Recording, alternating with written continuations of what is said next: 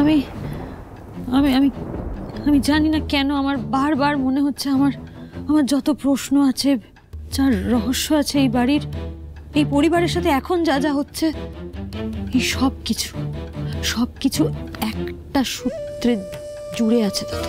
সবকিছুর মধ্যে একটা যোগসূত্র আছে, আর আমরা খালি চোখে হয়তো কিছু দেখতে পাচ্ছি না। তুমি ঠিকই বলেছো করে দিদি, যোগসূত্র আছে। যেদিন ওই নোটটা আমার হাতে এসেছিল সেদিনই আমি বুঝতে পেরেছিলাম যে ও আবার ফিরে এসেছে, আমাদের বরবাদ করতে ফিরে এসেছে। ও কে দাদু? কে ফিরে এসেছে? দেবাংশু, আমার মেজ ছেলে। ওই দেবাংশুর কারণে আমার এই সুন্দর হাসি খুশি পরিবারটা ভেঙে গিয়েছিল করি। আমি ভাবতে পারিনি যাকে আমি আমার এই পরিবার থেকে, আমার জীবন থেকে চিরদিনের মতো দূর করে দিয়েছিলাম, সে আবার ফিরে আসবে, এত বড় একটা ঝড় নিয়ে ফিরে আসবে। কিন্তু তিনি চলে গেছিলেন কেন দাদু? চলে যায়নি সে, আমি তাকে এ বাড়ি থেকে দূর করে দিয়েছিলাম, সে 25 বছর আগে। কিন্তু কেন?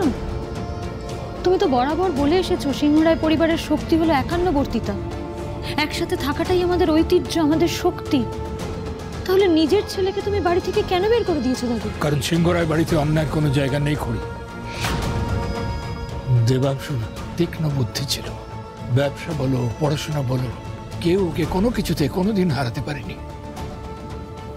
সবাই বলতো তোমার ঠাম্মির গর্ভে রত্ন জন্ম নিয়েছিল, কিন্তু এত গুণের মধ্যেও ওর একটাই মারাত্মক দোষ ছিল, সেটা হলো শর্টকাট। সাফল্য পেতে, নাম যশ পেতে ও কোনোদিনই খুব বেশি সময় অপেক্ষা করতে চাইতো না করি। ওর ব্রিলিয়েন্সি ওকে অস্থির করে তুলেছিল, তাই ভুল পথে ও কাঁড়ি কাঁড়ি টাকা রোজগার করতে চেয়েছিল। সিংহরায়দের গয়নার ব্যবসার সঙ্গে সঙ্গে আমাদের পরিবারের ঐতিহ্য নিয়ে ও ব্যবসা শুরু করে দিয়েছিল খড়ি। মানে? আমাদের অজান্তেই আমাদের পূর্বপুরুষদের অনেক অ্যান্টিক ও সরিয়ে ফেলে। এমনকি আমাদের পরিবারের অষ্টধাতুর মূর্তি, যার অবয়ব আমার ঠাকুরদার বাবা স্বপ্নে পেয়েছিলেন, সেটাকেও সরিয়ে ফেলেছিল। আমি যেদিনই এই ঘটনার কথা জানতে পারি, সেই দিনই ছিল দেবাংশুর এই বাড়িতে শেষ দিন। জগদ্ধাত্রী পুজোর দিন দেবাংশুকে চিরদিনের মতো বাড়ি থেকে বার করে দিই আমি, ওকে ত্যায্য পুত্র করি। কিন্তু সেদিন যাবার আগে ও কথা দিয়ে গিয়েছিল যে একদিন ও ফিরবে, আর তখন সব কিছুর প্রতিশোধ নেবে, ও সবটা কেড়ে নেবে। এমনকি এ বাড়ির এতদিনের জগদ্ধাত্রী পুজো ও বন্ধ করে দেবে বলেছিল। বড় বড় শিল্পীর বড় বড় কাজ উনি নিখুঁতভাবে কপি করতে পারতেন, যেটা আমরা হয়তো বাংলায় বলি নকল করতে পারতেন। এইবার আমি সবটা মেলাতে পারছি। কোনো না কোনোভাবে আজ আমাদের সাথে যা যা হচ্ছে তার সাথে এই মেজ কাকা দেবাংশু মানেই এই ডিয়েরই সম্পর্ক রয়েছে। আর এই ডি যে দেবাংশুই, সেই নিয়ে আমি 100% নিশ্চিত এসব উনিই ঘটাচ্ছেন। আর কোনো না কোনোভাবে ঋদ্ধিমান বাবুকে এই কেসে উনিই ফাঁসিয়েছেন। দেবাংশুর কথা রেখেছে জানো খুড়ি দিদি, এই নরেন্দ্রনাথ সিংহ রায় একটু একটু করে এই সমাজে তার জায়গা তৈরি করেছে, ব্যবসায়ী মহলে তার সম্মান বাড়িয়েছে একটু একটু করে। কিন্তু আজ সে সমস্ত ধসে যেতে বসেছে খুড়ি দিদি। জানো, দেবাংশু এই ব্যবসার দায়িত্ব নিতে চেয়েছিল, কিন্তু আমাদের সিংহরায় বাড়ির নিয়ম অনুযায়ী একমাত্র বাড়ির বড় ছেলের উপরে সে দায়িত্ব দেওয়া যায়। আর তাই তো ঋদ্ধি যখন বিদেশ থেকে পড়াশোনা করে ফিরে এলো, তখন তাকে আমার যোগ্য উত্তরসূরি হিসেবে আমি দেখতে পেয়েছিলাম। তার উপরেই আমি সমস্ত দায়িত্ব তুলে দিয়েছিলাম, কারণ একমাত্র ঋদ্ধিরই সে যোগ্যতা ছিল। দেবাংশ কোনোদিন নিজের স্বার্থের বাইরে কিচ্ছু দেখেনি, দেখতে চায়নি। কিন্তু দেখো, আজ সেই দেবাংশই জিতে গেল। কিন্তু খড়ি দিদি, এই কথা তো আমি কাউকে বলতে পারবো না, কারণ আমার কাছে না আছে কোনো প্রমাণ, আর না আছে দেবাংশ।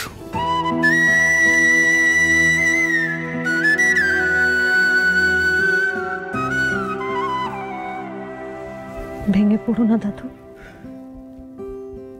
ভেঙে পড়ো না। তুমি তো এইমাত্র বললে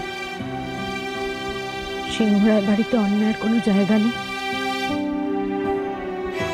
সিংহরায় বাড়িতে সেদিনও অন্যায়ের কোনো জায়গা ছিল না, আজও নেই, আর ভবিষ্যতে কোনোদিন অন্যায়ের কোনো জায়গা হবে না।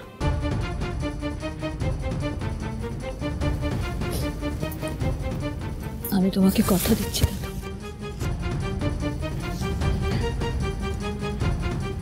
এইবার এই বাড়িতে জগদ্ধাত্রী পুজো হবে।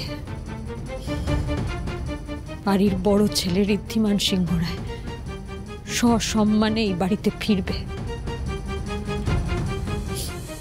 বাড়ির বড় বউ খড়ি সিংহরায় তোমাকে সেই কথা দিচ্ছে।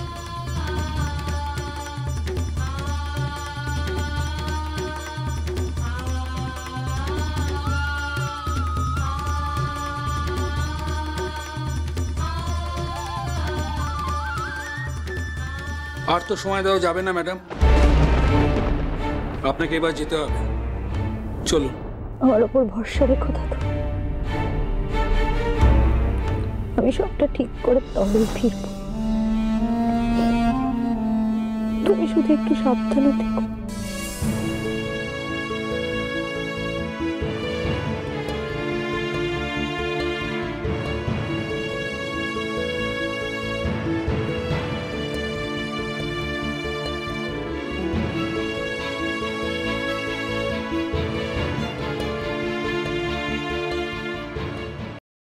এই মুহূর্তের ব্রেকিং নিউজ, সিংহরায় জুয়েলার্সে ভাঙচুর আর মানহানির অপরাধে হেফাজতে নেওয়া হলো খড়ি সিংহরায়কে। এখন তাকে থানায় নিয়ে আসা হচ্ছে। এবার দেখা যাক ভট্টাচার্য আর সিংহরায়দের এই চরম শত্রুতা কোন দিকে মোড় নেয়। স্যার, এই পেপারগুলো সাইন করে দিন। এই কার্ডটা সাইন করে দিন। এই জায়গাটা।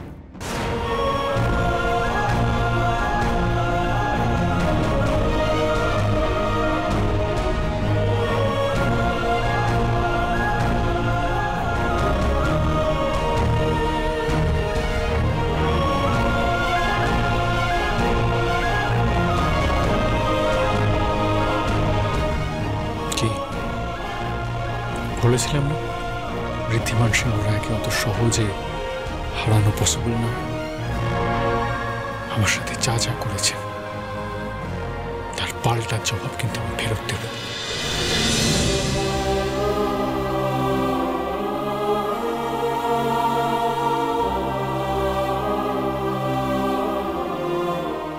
প্রত্যেকটা আঘাতের পাল্টা আঘাত এবার আমরা একসাথে ফিরিয়ে দেবো ঋদ্ধিমান। আর আপনি একা নন, আমরা এবার হারবো না।